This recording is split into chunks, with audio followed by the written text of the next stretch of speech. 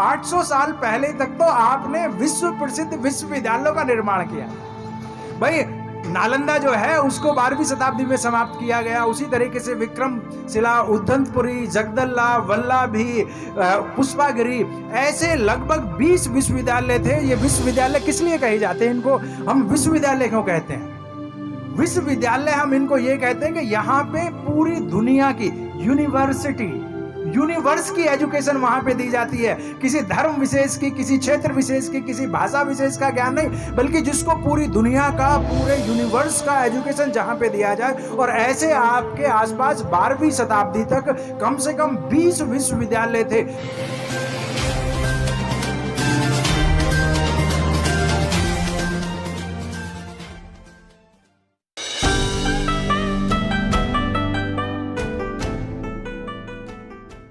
सावित्रीबाई फुले कोई नाम नहीं है, कोई व्यक्ति नहीं है, ये एक जीता जागता आंदोलन है, ये एक जीता जागता विचार है, जिसके अंदर चाहे वो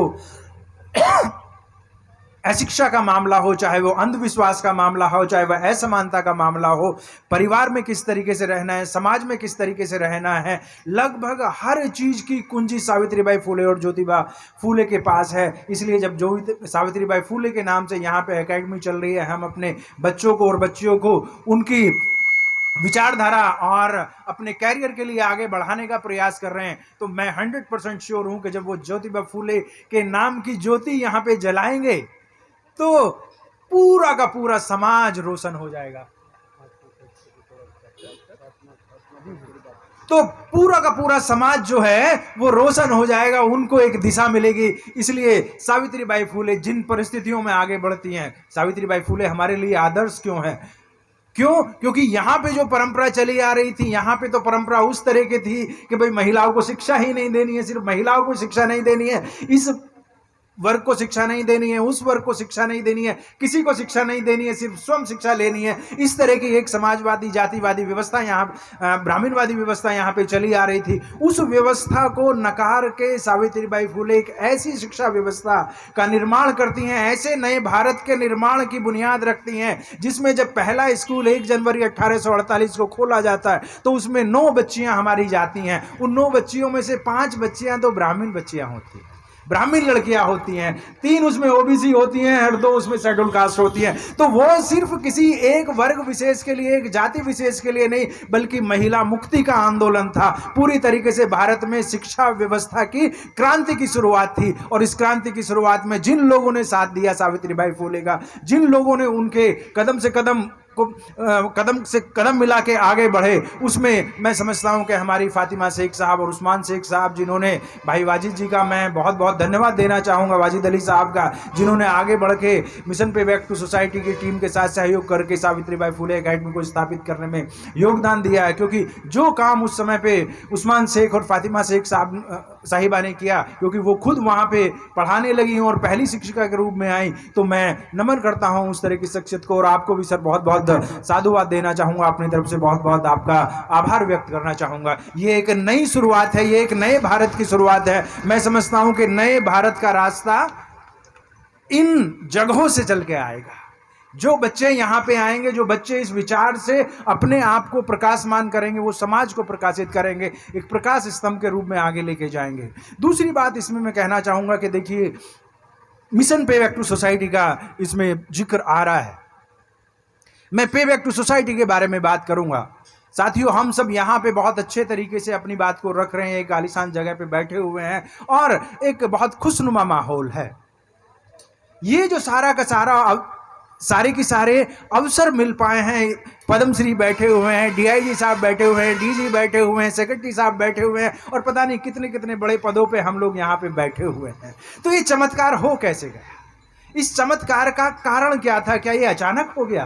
क्या अचानक हम लोग क्यों? क्योंकि अगर हम दूसरी या तीसरी पीढ़ी की बात करें तो वो तो हमसे कहीं ज्यादा मेहनत कर रहे थे। हमारे बाप दादा नाना नानी तो बहुत ज्यादा मेहनत कर रहे थे, उनको तो ये अवसर नहीं मिल पाया था। वो तो डीआईजी और डीजी और सेक्रेटरीज नहीं बन पा रहे थे, पद्मश्री उनको तो नहीं मिल पा रही थी। तो फिर हम लोगों ने ऐसा क्या काम कर दिया कि हमें ये तमगे मिल गए, हमें ये उपाधियां मिल गई? सीधी सी बात है कि हमारी मेहनत तो उनसे बहुत कम थी, कम है, लेकिन उनकी मेहनत का प्रतिफल है कि हम यहाँ तक पहुँच पाए हैं। उन्होंने खून पसीना बहा के हमें यहाँ तक पहुँचाया।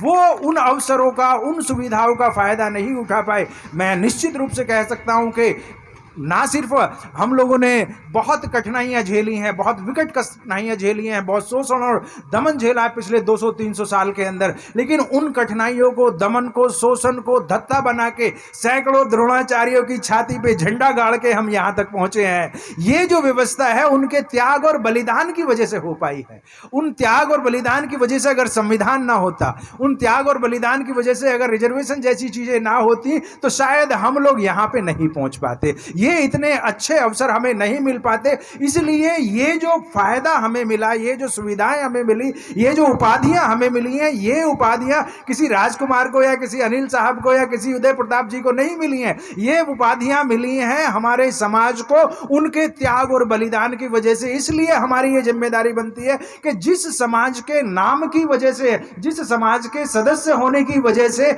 हमें ये अवसर मिले हैं, ये सुविधाएं मिली हैं, उस समाज का ध्यान रखा जाए, उस समाज के कर्ज को वापस किया जाए, क्योंकि उसने अपने खून पसीने की कीमत पे हमें यहां तक पहुंचाया है। अगर बाबा साहब अपने 4 बच्चों का बलिदान ना देते, अगर बाबा साहब भी हमारी तरह ही, मैं अपनी तरह ही कहूंगा, सबकी तरह नहीं कहूंगा, और हम सब जानते हैं कि हम अपने सामर्थ्य के अनुसार थोड़ा बहुत पे बैक टू करना चाह रहे हैं, लेकिन उतना नहीं कर पा रहे जितना हमें करना चाहिए, जितनी हमारी सामर्थ्य है उतना शायद हम नहीं कर पा रहे हैं। हम बहुत अच्छा कर सकते हैं, लेकिन बाबा साहब की जो मैं बात कह रहा था कि अगर बाबा साहब भी हमारी तरह कैलकुलेटेड होते, बाबा साहब भी अगर हमारी तरह समझदार होते, बाबा साहब भी अगर हमारी तरह व्यवहारिक होते, तो फिर क्या होता?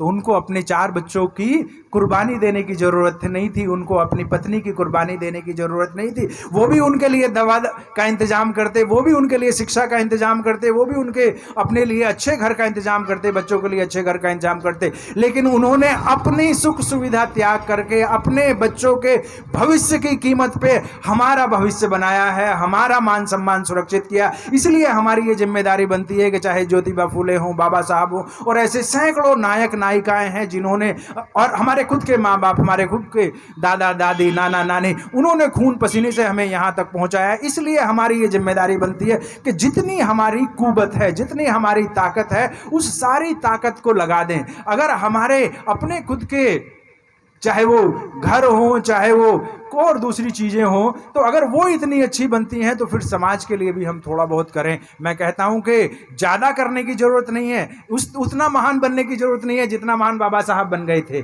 सिर्फ जो हमारे सर अभी इस बात को कह रहे थे कि भाई अगर 5% ही हम अपने ज्ञान का, अपने संपत्ति का और अपने समय का 5% ही समाज को लगा दे, तो परिस्थितियाँ कहाँ से कहाँ जा सकती हैं। इसलिए पे बैक टू सोसाइटी कोई वन टाइम टोकन नहीं होना चाहिए, बल्कि पे बैक टू सोसाइटी एक कल्चर होनी चाहिए, हमारी एक जीवन पद्धति होनी चाहिए। निरंतर ये प्रवाह बहता रहे। अगर ये निरंतर बहता रहेगा तो फिर वो दिन दूर नहीं है जिसके लिए बाबा साहब, ज्योतिबा फूले, मान्यवर काशीराम साहब जैसे अनेकों लोगों ने अपने जीवन की कुर्बानी दी है। वो कुर्बानी फलीभूत होगी और इस देश में हर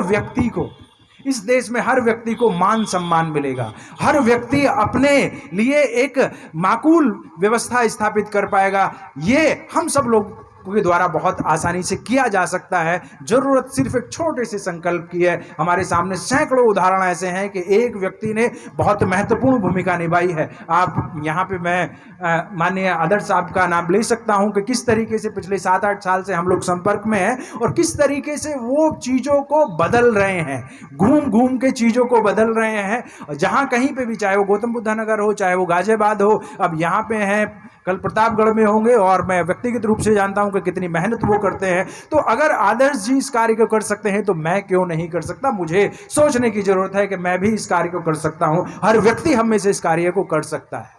इसलिए पे बैक टू सोसाइटी हमें एक लाइफ मिशन के रूप में रखना चाहिए। इसको जीवन पद्धति के रूप में स्वीकार किया जाना चाहिए, टोकनिज्म के रूप में नहीं होना चाहिए, निरंतर होना चाहिए। ये नहीं है कि भाई एक बार कर दिया तो बस ठीक हो गया। हम भले ही 1 घंटे का टाइम दें, भले ही अपनी संपत्ति में से, अपने सम्यक आय में से 1% कंट्रीब्यूट करें, लेकिन उसको निरंतर करें।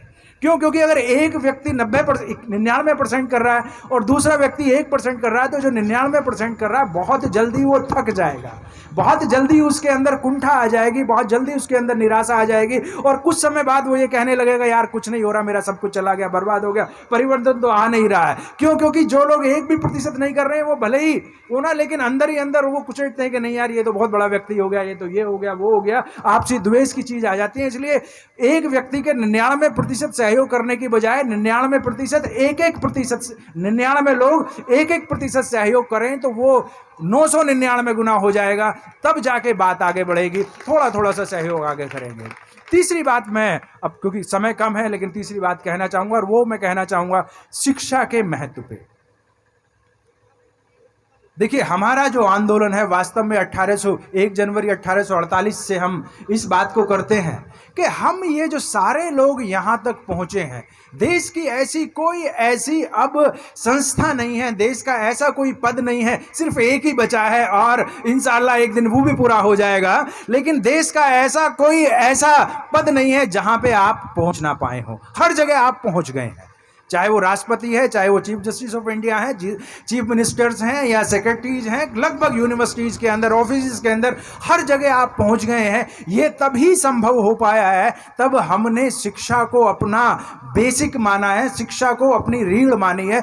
जो व्यक्ति शिक्षा में आगे बढ़ा उसने आगे बढ़ के अपने लिए एक मुकाम हासिल कर लिया। इसका जीता जागता उदाहरण खास तौर पे भारत के शेड्यूल कास्ट हैं आज की तारीख में, जिन्होंने बहुत जबरदस्त प्रगति की है। आपको जान के ताज्जुब होगा, इस समय पे भारत में सबसे ज्यादा बढ़ने वाले, सबसे ज्यादा पढ़ने वाला अगर वर्ग है तो वो शेड्यूल कास्ट है इंडिया के अंदर। बाकी सबकी संख्या उत्तरोत्तर कम होती जा रही है, जो पहले से थे उनका प्रोपोर्शन कम होता जा रहा है। इनकी जबरदस्त तरीके से बिल्कुल क्षैतिज पे फैल रहे हैं, नीचे की तरफ एकदम फैल रहे हैं, तो ये काम बहुत जबरदस्त तरीके से हो रहा है। ये शिक्षा के द्वारा हो पाया। लेकिन शिक्षा हमारे लिए बिल्कुल नई नहीं है, शिक्षा हमारे लिए नई नहीं है। शिक्षा हमारे लिए जब से यह आंदोलन शुरू होता है, सावित्रीबाई फुले का नाम हम क्यों ले रहे हैं? सावित्रीबाई फुले ने क्या काम किया? सावित्रीबाई फुले ने सबसे पहले स्कूल चलाए।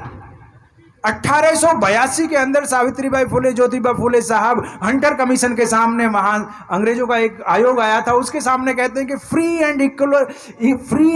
Free equal and compulsory education for all. 1882 में सबके लिए कहते हैं, सबको मिलना चाहिए। उसी समय पे बंगाल के अंदर हरिचंद ठाकुर, गुरुचंद ठाकुर, दो बहुत महत्वपूर्ण व्यक्ति होते हैं, बेटे और बाप हैं, इन दोनों ने वहां पे आंदोलन चलाया शिक्षा का। उसी समय पे अयंकाली, उससे पहले अयोध्यादास तमिलनाडु के अंदर, उसके उसी समय पे आप देखते हैं कि फिर ज्योतिबा फुले, सावित्रीबाई फुले के बाद साहूजी महाराज, मंगूराम पंजाब के अंदर, भाग्य रेड्डी वर्मा आंध्र प्रदेश के अंदर।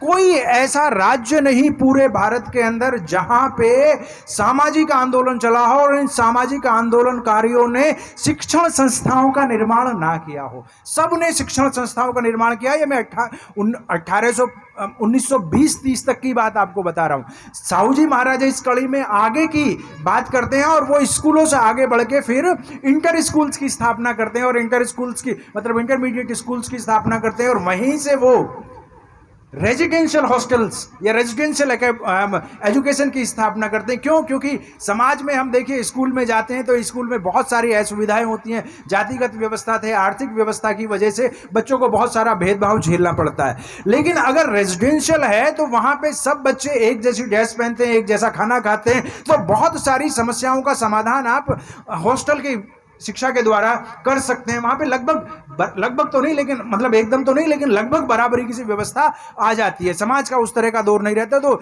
साहूजी महाराज जो हैं आवासीय शिक्षा व्यवस्था की करते हैं। फिर तमिलनाडु, इसमें कर्नाटक में आप चले जाइए, वहां पे महाराजा कृष्ण वडियार साहब यूनिवर्सिटीज, आपको जान के ताज्जुब होगा, कृष्ण वडियार फोर्थ, जो कि आपके ही समाज के व्यक्ति थे, बनारस हिंदू विश्वविद्यालय, जिसका बड़े चाव से नाम लेते हैं मदन मोहन मालवीय और दूसरे लोग, और बाद में देखते हैं कि वहां पे आसानी से लोगों को घुसने भी नहीं दिया गया था उसके बाद से। लेकिन उसकी मेजर फंडिंग जो है कृष्ण वडियार ने की थी। कृष्ण वडियार फोर्थ, जो उसके पहले ऑनररी वाइस चांसलर थे या चांसलर थे। तो ये आपके समाज के व्यक्ति थे। वहां पे जो मैसूर यूनिवर्सिटी बनी वो उन्होंने बनाई। और सिर्फ यहीं तक बात समाप्त नहीं होती है। आप देखते हैं कि सिर्फ 13वीं शताब्दी तक 13वीं शताब्दी कोई बहुत नहीं है। जब आप 5000 साल की बात करते हैं तो 13वीं शताब्दी का मतलब तो 600-700 साल ही है, या 800 साल मान लीजिए। 800 साल पहले तक तो आपने विश्व प्रसिद्ध विश्वविद्यालयों का निर्माण किया।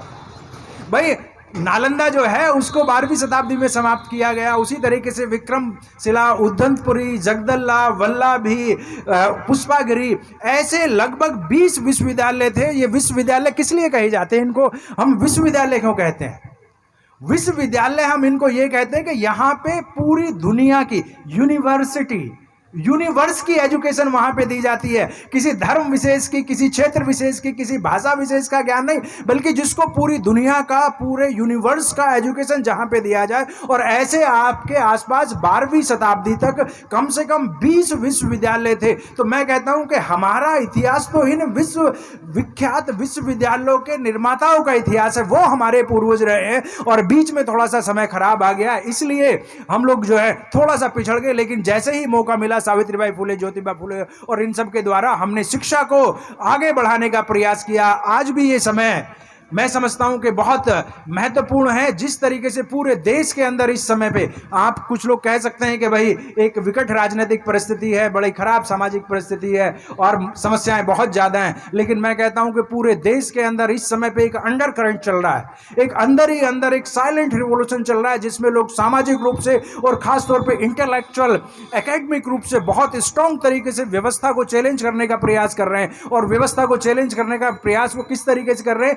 व्यवस्था के निर्माण के द्वारा, संस्थाओं के निर्माण के द्वारा उस व्यवस्था को चैलेंज करने का, ज्ञान की व्यवस्था जो है उसको चैलेंज करने का प्रयास कर रहे हैं। सावित्रीबाई फुले एकेडमी उसी प्रयास की एक छोटी सी कड़ी है। और आज जो एक छोटी सी कड़ी है, जो एक दिए के रूप में सामने नजर आ रही है, निश्चित रूप से आने वाले समय में ये हमें मंजिल दिखाएगी, हमें रास्ता दिखाएगी। आसपास की जगह पे निश्चित रूप से इससे समाज को बहुत फायदा होगा, हमारी बच्चियों को बहुत फायदा होगा। अपने कैनवास को थोड़ा बड़ा करें, अपने आप को देखें कि देश दुनिया के अंदर क्या हो रहा है, क्या कर सकते हैं, क्या नहीं कर सकते हैं। अब हम सारे साथी यहाँ पे जुड़े हैं। निश्चित रूप से मैं समझता हूं कि ना सिर्फ बहुजन समाज का, ना सिर्फ हमारे बच्चे और बच्चियों का, बल्कि इस देश का भविष्य भी अंबेडकरवाद, ज्योतिबा फुले, साहू जी महाराज और माननीय प्रकाशी राम साहब की विचारधारा के साथ सुरक्षित है। इन्हीं शब्दों के साथ मैं अपनी बात को समाप्त करूंगा और एक बार फिर सभी साथियों का बहुत बहुत धन्यवाद देना चाहूंगा। आप सभी को बहुत बहुत जय भीम।